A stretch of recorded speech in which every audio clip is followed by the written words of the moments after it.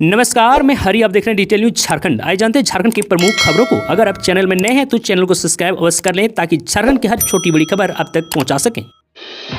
भव्य road show, 2 रैलियां। आज PM Narendra Modi Jharkhand में भरेंगे हुंकार। एक हफ्ते में दूसरी दौरा। दरअसल आपको बता दूं, प्रधानमंत्री नरेंद्र मोदी एक हफ्ते के अंदर दूसरी बार आज झारखंड आएंगे। पीएम मोदी का आज एक रोड शो करने के साथ 2 रैलियों को संबोधित करने का कार्यक्रम है। वहीं एक बीजेपी नेता ने कहा कि पीएम मोदी आज दोपहर 1 बजे बोकारो में एक सार्वजनिक रैली को संबोधित करेंगे और उसके बाद दोपहर 3:15 पर गुमला में एक अन्य रैली को संबोधित करेंगे। फिर वह रांची में एक रोड शो करेंगे। आपको बता दें कि रोड शो शाम करीब 5:15 पर ओटीसी ग्राउंड से शुरू होकर न्यू मार्केट चौक पर खत्म होगा।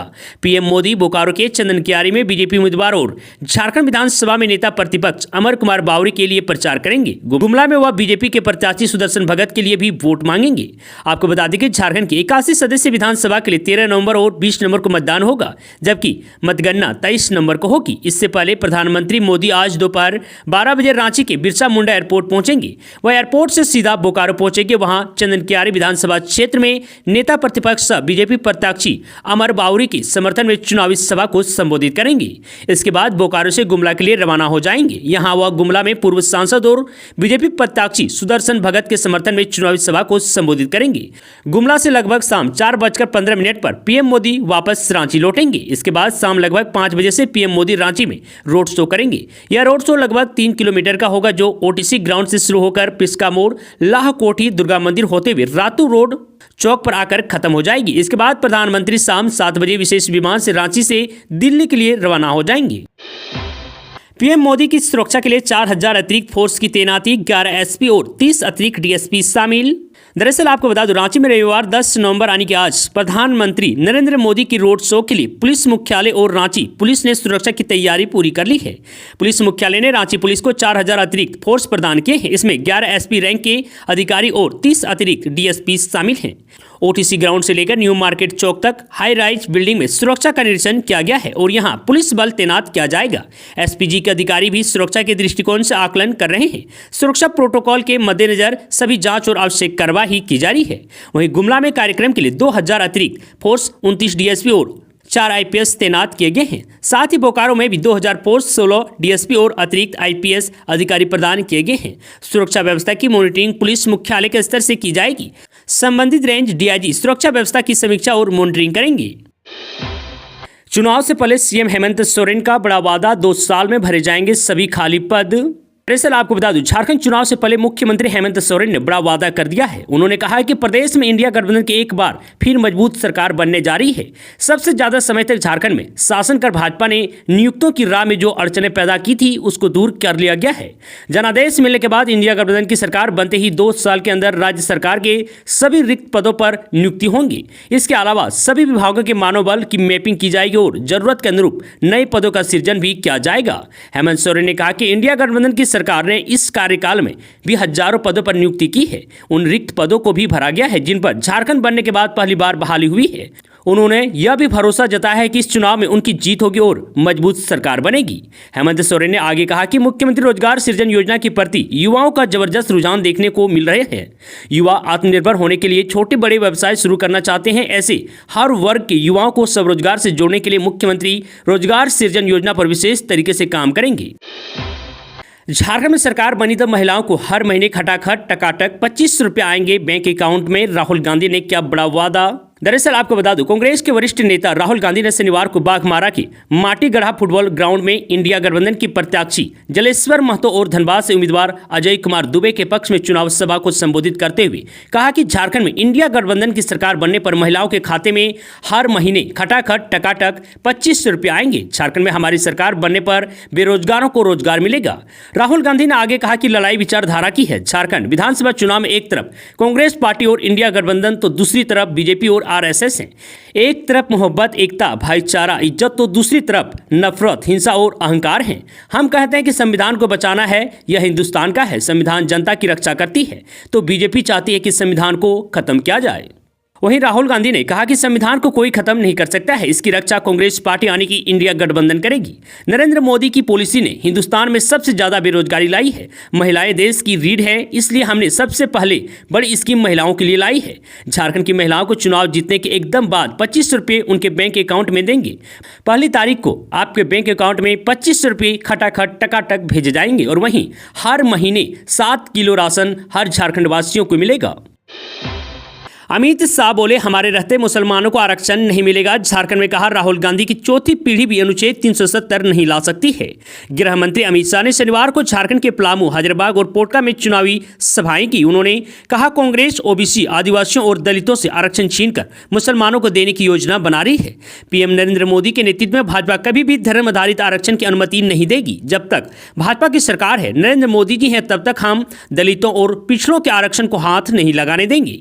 कांग्रेस ओबीसी कोटा के खिलाफ है। जब उलेमाओं के एक प्रतिनिधिमंडल ने महाराष्ट्र में कांग्रेस नेताओं से मुलाकात की तो उसने 10% आरक्षण देने का वादा किया है। हमारा संविधान धर्म के आधार पर आरक्षण के परमिशन नहीं देता है, मगर ये कांग्रेस और जेएमएम वाले अपनी वोट बैंक के लिए मुसलमानों को आरक्षण देना चाहते हैं। वहीं अमित शाह ने कहा कि कश्मीर भारत का भी अंग है। मैं राहुल गांधी को चेतावनी देता हूं कि आपकी चौथी पीढ़ी भी अनुच्छेद 370 को वापस नहीं ला सकती है। शाह ने आरोप लगाया, कांग्रेस ने कश्मीर को आतंकवाद का केंद्र बना दिया। इसके नेता श्रीनगर के लाल चौक जाने से डरते थे, लेकिन अब मैं उनसे कहता हूं कि वे निडर होकर अपने पोतों पोतियों के साथ लाल चौक जाएं। अमित शाह ने इन सभाओं में 3 प्रमुख बातें कही है। पहला, पलामू की रैली में अमित शाह ने कहा कि राहुल गांधी संविधान की फर्जी प्रति दिखाकर उसका अपमान कर रहे हैं। राहुल गांधी ने संविधान की एक प्रति दिखाई, 2 दिन पहले उनका पर्दाफाश हुआ था।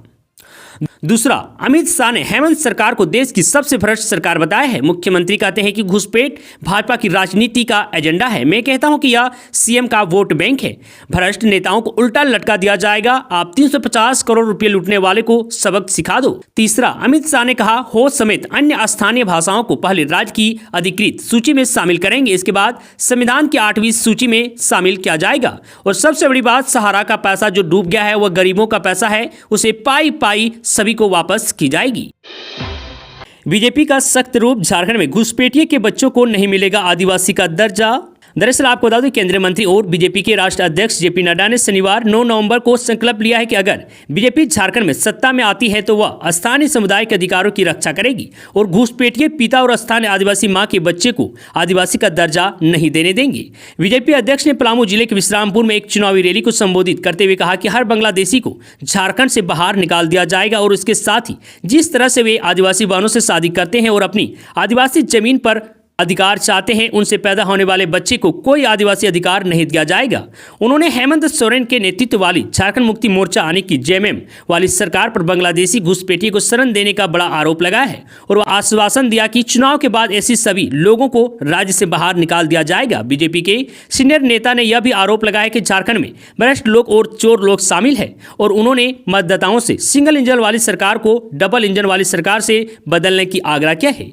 बीजेपी अध्यक्ष ने कहा, समय आ गया है झारखंड से सिंगल इंजन वाली सरकार को हटाकर यहां सर्वगीन विकास के लिए डबल इंजन वाली सरकार बहाल किया जाए। धनबाद के चिरकुंडा चेक पोस्ट पर पुलिस ने जब्त की 3 लाख रुपये, इनोवा कार भी हुए बरामद। दरअसल आपको बता दूं, आगामी विधानसभा चुनाव को लेकर पुलिस प्रशासन अलर्ट है। इसे लेकर राज्य की सीमाओं पर विशेष चेकिंग अभियान भी चलाई जा रही है।